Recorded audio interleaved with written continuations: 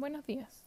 Como estudiantes de medicina veterinaria, cursando el ramo de patología clínica, realizaremos el análisis del caso clínico número 4.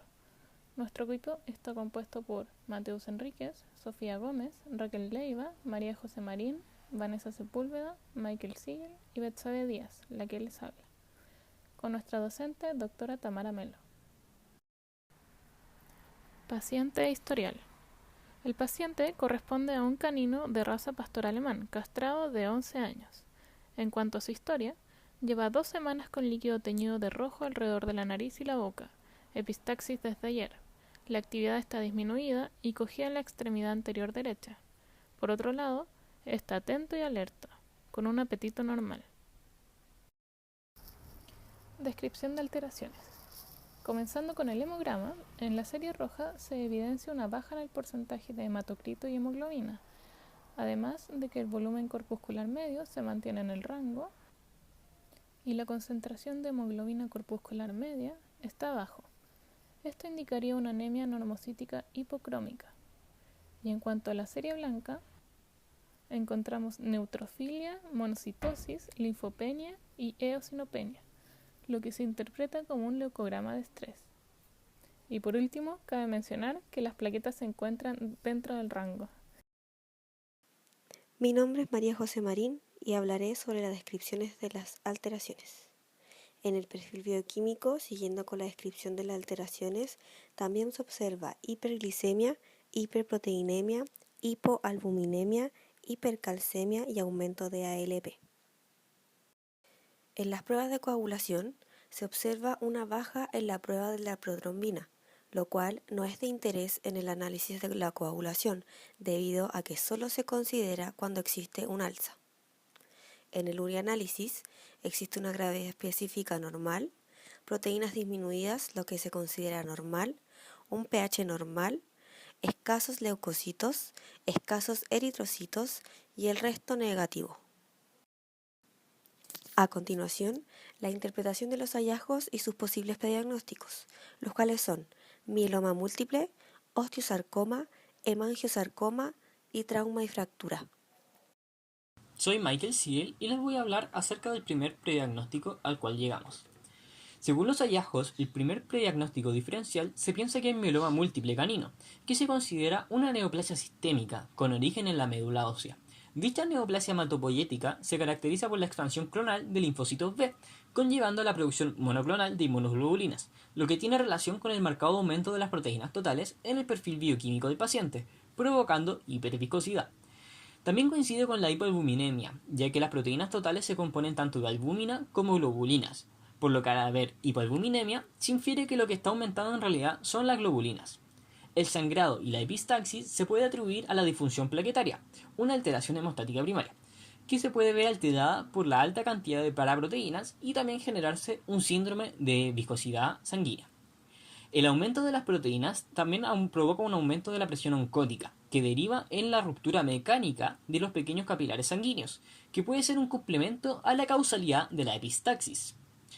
La presencia de inmunoglobulinas monoclonales, como paraproteína o proteína M, se produce en un 75% de los animales afectados, la cual puede interferir con la agregación plaquetaria y la liberación del factor 3 plaquetario, y dar lugar así a hemorragias, a pesar de que el número de plaquetas sea normal.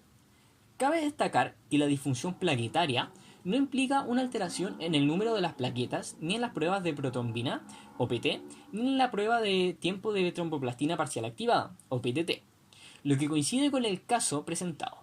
Se debería tomar la prueba TS para complementar la información. Con respecto al leucograma, hay linfocitopenia por la linfoproliferación de las células tumorales que sustituyen a las normales en médula ósea. Por la misma razón, existe una disminución en la médula ósea de células de la serie roja por reemplazo de las tumorales.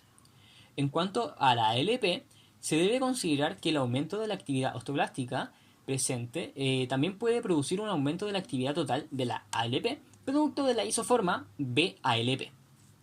En relación a la hipercalcemia, puede ser ocasionado por los linfocitos B tumorales, que producen lesiones óseas y anemia.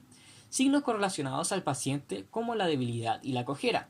Las lesiones osteolíticas se deben a que el tumor produce un factor que activa los osteoblastos, provocando una osteólisis y por ello la liberación de calcio a circulación. y por ende una hipercalcemia. Sin embargo, no hay presencia de azotemia. Esto se puede deber a que solo el 33% de los pacientes la presentan.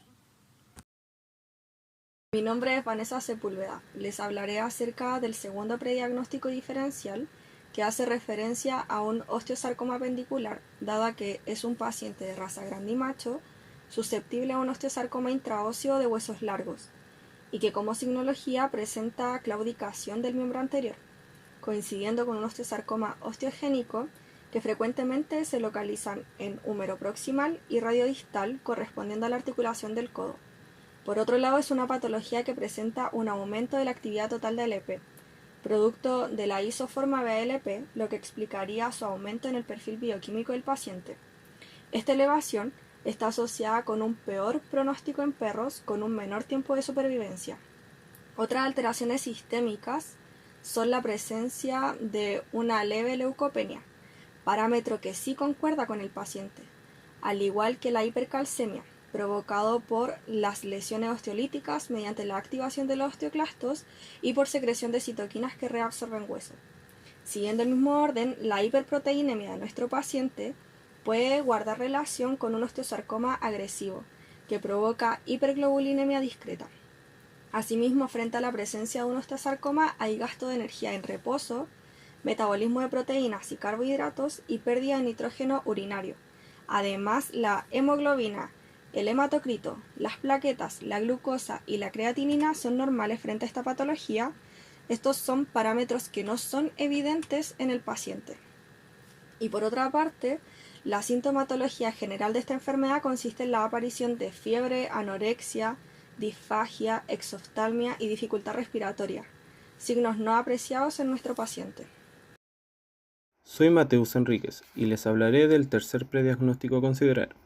El hemangiosarcoma es un tumor maligno de células endoteliales que suele ser más común en perros mayores y con una alta frecuencia en pastor alemán.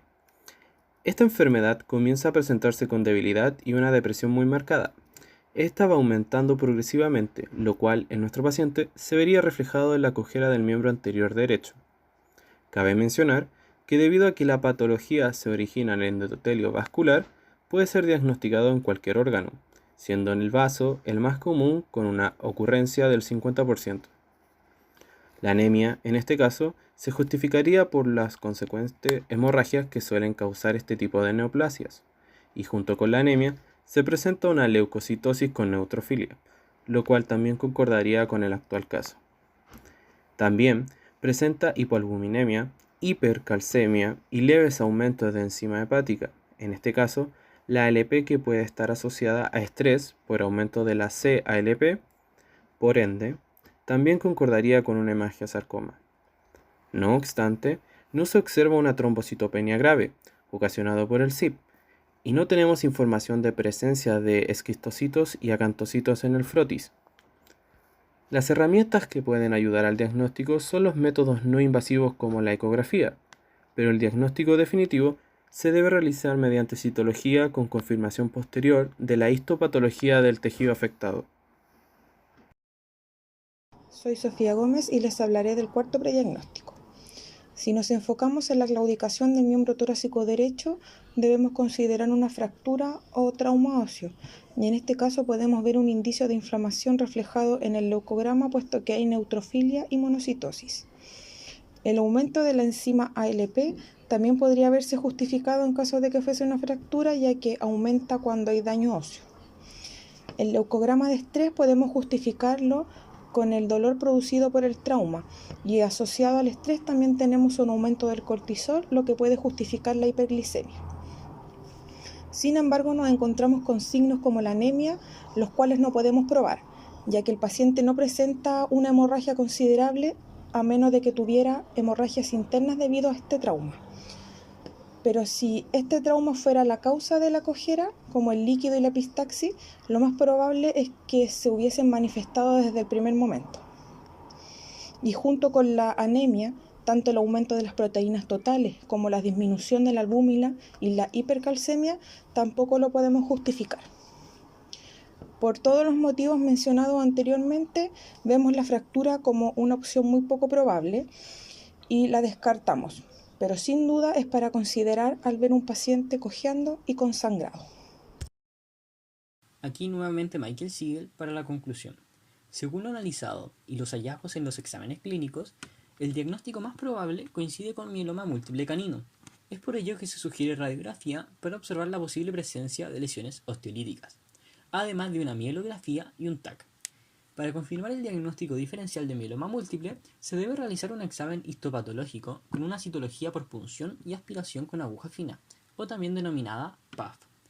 Para el diagnóstico definitivo se requiere de una biopsia de tejido con inmunohistoquímica. Estas pruebas podrían confirmar el diagnóstico o redirigir el pensamiento a alguno de los otros prediagnósticos ya mencionados, como es el caso del osteosarcoma.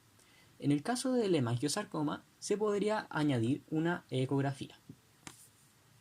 Con esto concluye nuestra presentación. Muchas gracias.